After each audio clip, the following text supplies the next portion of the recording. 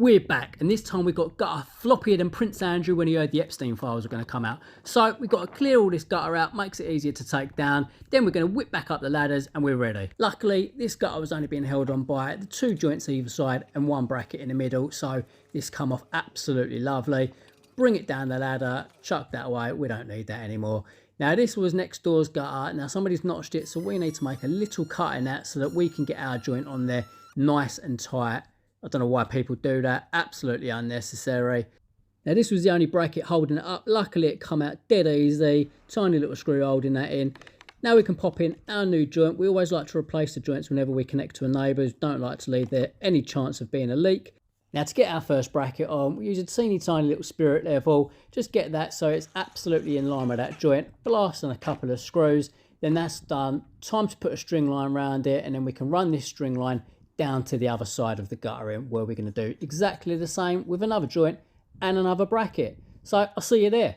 And here we go. So these are old Osmo joints. They're a little bit different to get out as the clip is sort of holding up the actual joint. So we just need to pull that out, undo that clip, and then that's ready for the new joint on there. Luckily, this hasn't been notched, so we can pop a new joint on there. Again, screw the joint in so it doesn't go anywhere.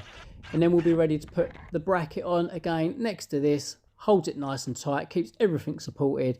We need to get rid of these as well. Don't think the customer's going to appreciate those being left in their gutters. And there you go. Here's the new bracket. Again, string line. Play it like with Kurt Cobain.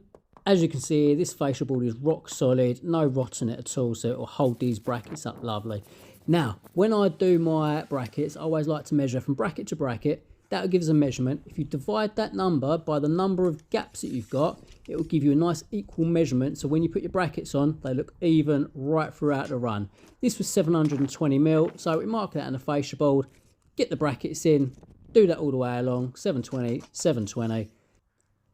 Blast in the last couple of brackets, again 2 screws in each. Make sure they're touching that string line, that way you're not going to have gutters that look like a roller coaster. Undo this string line, it comes off dead easy, nice easy to undo that knot. Then all we've got to do is measure now from the other side of the gutter all the way to the new joint. Remember to obviously leave a 10mm expansion gap. You don't want these touching the gutter either end. There's always an expansion gap inside the unions. So got that cut to size. Again, get yourself up the ladder. This can be a little bit tricky, especially when it's windy. Just put it on the roof, let it slide down. It'll slot into those brackets. Get those all clipped up all the way through, and then that's another job done. And I know this roof was absolutely shot to bits. I did tell the landlord, he said he's going to deal with it later in the year, so he just asked me to come round, sort the gutters out for him, which is